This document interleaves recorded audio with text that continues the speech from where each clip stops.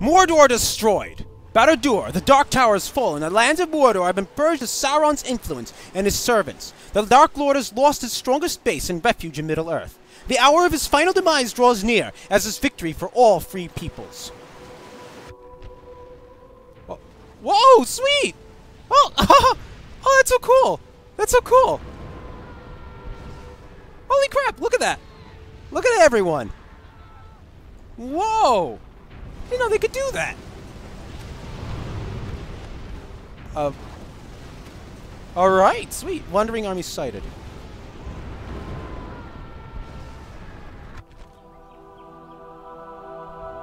I didn't sight them there. I couldn't possibly see them there. Okay, hold on. Okay, so there's that. Approaching quietly. We got some mild... Okay, we got some mild inconsistency going on here. Mount Doom is exploding. Does this mean that everyone that's like currently in Mordor is gonna die? I don't know.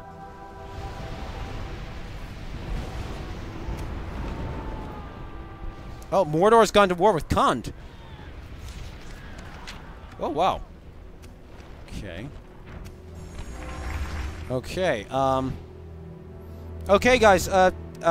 Shit's going down. Welcome back to Third Age Total War, by the way. But okay, so shit's going down here. They've besieged Albemarle here. They're now gonna go to war with Khand. I'm not really sure what to do, though. Is Khand gonna fight back or what? I can't tell.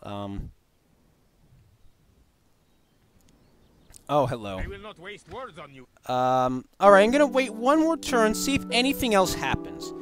And if nothing else happens, I'm going to end the series, because if it's just going to be more protracted fighting with Mordor trying to take back Albemarle and whatnot, I'm not really interested. I want to see if any other, like, scripts trigger, though, with the, I want to see if any more scripts trigger, though, before I end the series officially, so just give me a moment to check this out, and then I'll be back, okay? Survival of Orcs. Urgent news, my lord! At the destruction of the One Ring and the ultimate defeat of Sauron, Mordor became mostly empty again, but our spies have reported that several groups of orcs managed to survive the onslaught after the eruption of Mount Doom. Try to hunt down the remaining evil creatures before they can band together and create another threat for Middle-earth. Oh, that's different. Oh, so there's like a little post-game here. Klein. Settlement besieged. Coron dodged by Harad. And Minas Morgul by the Easterlings of Rune. I will not waste words on you. Alright. Okay. Turn report. Faction announcements. Hothy and Money Counter and Innocent Overseer.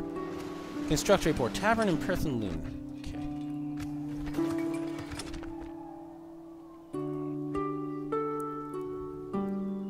Alright, so the surviving orc band's okay. Technically, I have to destroy the Shadow of Mordor still. But I'm gonna be perfectly honest, with Rune knocking on my doorstep, and Harad still being a nuisance, this could last another 10 episodes. And like I said, I really wanted to kind of finish. So, to that end, I'm going to end the series now. I know it's probably going to disappoint some of you.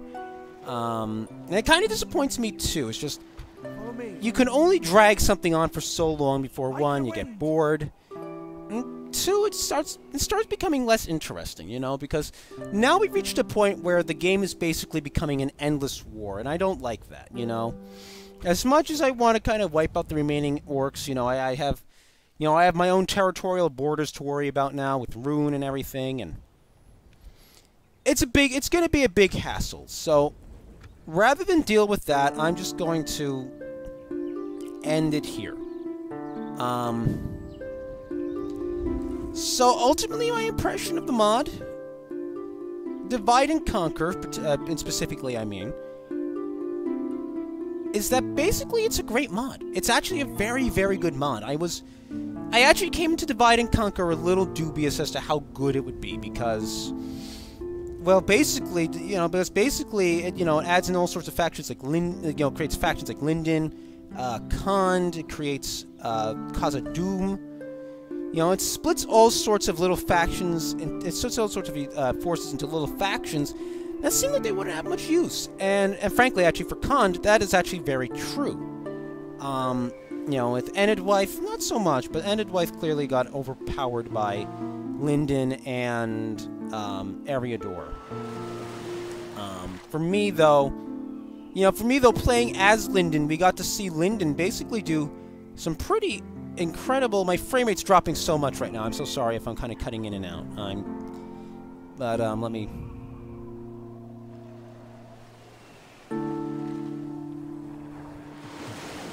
Okay, now that we're basically where I want to kind of be focused in on right now. Okay, there we go. We got the towers in the shot. There we go. Okay. And oh shit, nope. Okay. And let's be honest, Lindon starts at a very disadvantageous position for its objectives. I basically fulfilled the objective to destroy Mordor, too. And I start here. And then I have to kill Enedwife down here. If you look at the minimap for the record. Then I have to kill Umbar on the coast here. And then Mordor itself. And that's a huge, huge challenge. And I'm surprised that worked. It's pretty, it's kind of cool having Lindon separated out from the High Elves. And while basically Imladris is the same thing as Lindon, they're the same kind of elves. They have the same... they're the same basic forces. Separating them out was an interesting touch. In addition, separating the Northern Dunedain and so forth, and from Breland. Separating Enedwife from Dunland. Separating out Umbar. Umbar from Harad actually is a little more questionable, because Umbar was very weak, as we saw. It may have just been because I was elves, but I'm pretty sure Gondor would have stomped them too, or Dol Amroth. Separating Dol Amroth from Gondor, incidentally, is also something worth noting there. And it all resulted in a pretty interesting experience overall. We got to... I would love to destroy Mordor now, but... Again, I think I'm on... That was either episode 96 or 97. I think 97. And... Yeah, it's got to end at some point. The madness has to stop. So, to that end, I'm ending it now. I'm going to keep the save game... And I may come back to it eventually, particularly if people want to... Particularly if I get a lot of clamor. And I want to say a lot, I mean more than 5 people, because there's like 5 people who comment. And I appreciate you all. But, like, you 5... I want to, I want a lot of people really kind of be interested in seeing... Just seeing, like, the aftermath of this... Of the conquest of Mordor. So that's kind of me exhorting you to... kind of get a little more attention for the channel, get more people who are interested in seeing strategy games and so forth. Into watching this, because I can only do so much, I only know so many people, I only have so much reach on my own, so it's you, my subscribers, my fans even, you might call yourselves, who want to, it's kind of up to you, basically, to, to kind of get more going. So anyway, back to the mod, though, but yeah, we managed to see some pretty cool things, though. We got some pretty cool battles in there. Some frustrating ones, too, but that's fine, We all get frustrated in games. I'm pretty sure that's, that's the MO of gamers.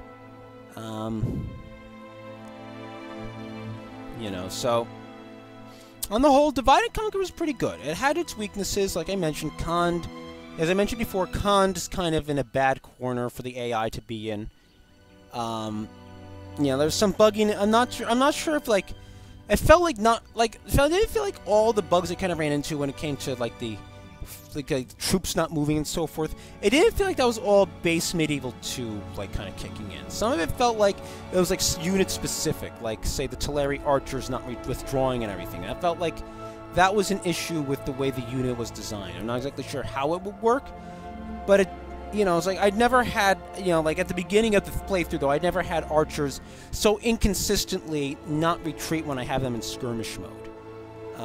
The Sylvan Elves, the MOS, their archers would always retreat when I had them in retreat on. Sometimes they would get, like, some stragglers would get caught up on, but I would never have, like, an army, like a force, like, take the full brunt of an assault, so that was annoying. So, you know, there was that. That was annoying.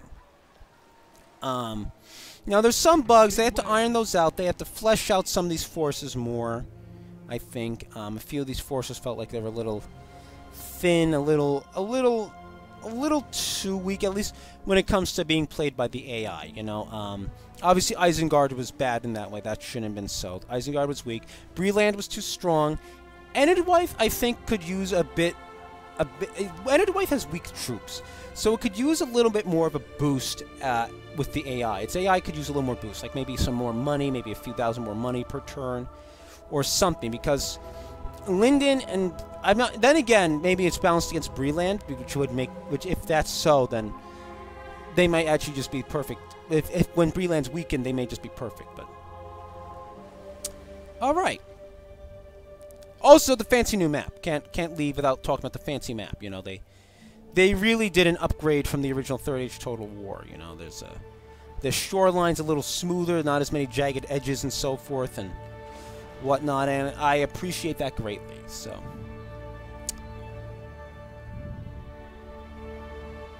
as for the future, I guess, part of the moment of silence. But as for the future, I guess we have. Well, currently I'm playing Gekokujo 3.0. That'll probably end soon, as soon as I take a fort. I'm not going to go through conquering all of Japan. I might if people ask for it again. I know a lot of you who watch this don't watch my Mount & Blade Warband videos, but I really ask that you would, because I think Warband's a really fun game. I've had someone describe it sort of as... I saw someone describe it sort of as